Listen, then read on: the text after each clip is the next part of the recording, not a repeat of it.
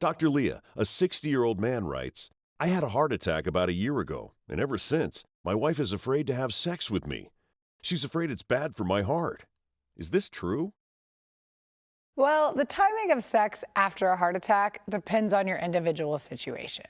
Cardiovascular health varies considerably among people who've had heart attacks, so it's always best to talk to your healthcare provider for any specific recommendations.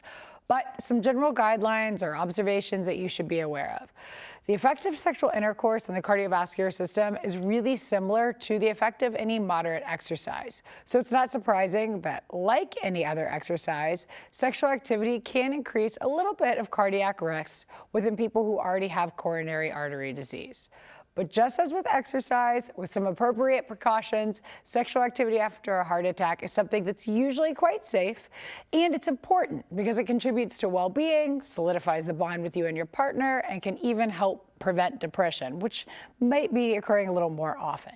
In general, healthcare providers ask people to avoid sexual intercourse for 4 to 6 weeks after a heart attack. That's the period of time that most healing occurs to that damaged heart muscle. Hopefully you're participating in some sort of cardiac rehabilitation program, which helps tolerate those moderate levels of physical exertion or physical activity that you have during sex. Also, you should probably be on some medications to prevent another heart attack. So if you're in this program and taking the medications, you can reassure your wife that you're doing everything you can. Keep in mind, though, there are certain people who should abstain from intercourse for a little bit longer. Those are people who've actually developed heart failure, who have blood pressure problems, and who are having continued angina, and that's that pain in the heart from not enough oxygen. If you're also having any other complications, you might need to avoid sexual activity for a longer period of time until you're fully stabilized. Dr. Leah, it's taken 20 years, but I've finally come out as a lesbian, and while I feel so liberated, I also feel so lost. Any advice on learning about this new-to-me community? It's never too late to come out. There is a great organization called Centerlink that can direct you to a wide variety of LGBTQ centers, and it has made it easy for any person across the world to find their local LGBTQ community center. All you do is you enter in your address, and the system will locate the nearest LGBTQ community center, and once you found it, all it takes is a simple phone call, email, car ride to check out the latest events or seek out the closest resources you may need. GLAAD is another organization that has great resources as well. GLAAD is known for fighting for equality and acceptance across all communities. As an older member of the community, there's also the National Resource Center for LGBT Aging.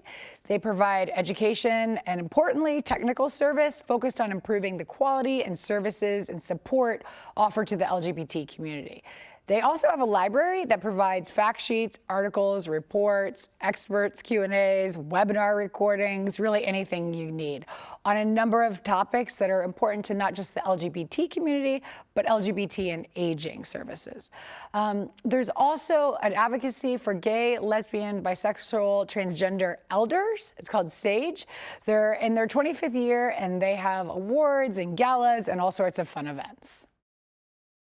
A mom-to-be asks, are there times when sex should be avoided during pregnancy? And if so, when? There are a few instances when sex should be avoided.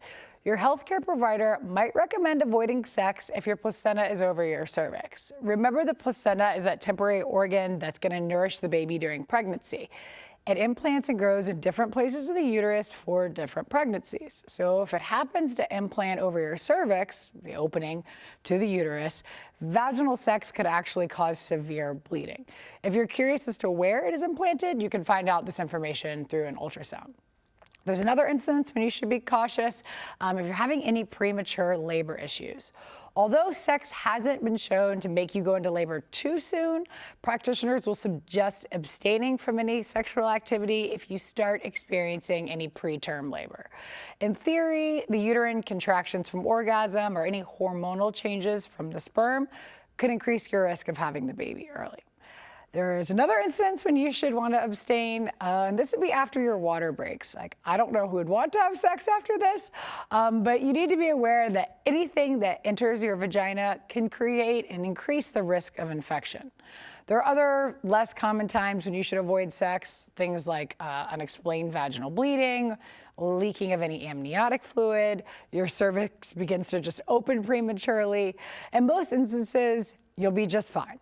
Just remember, your developing baby is protected by the amniotic fluid in the uterus, as well as by the strong muscles of the uterus itself. So sexual activity generally won't hurt your baby as long as you don't have any of these pre-existing conditions. If you have a question for Dr. Leah, please send an email to questions@allhealthtv.com. Find out more about sex talk. Go to askdrleah.com.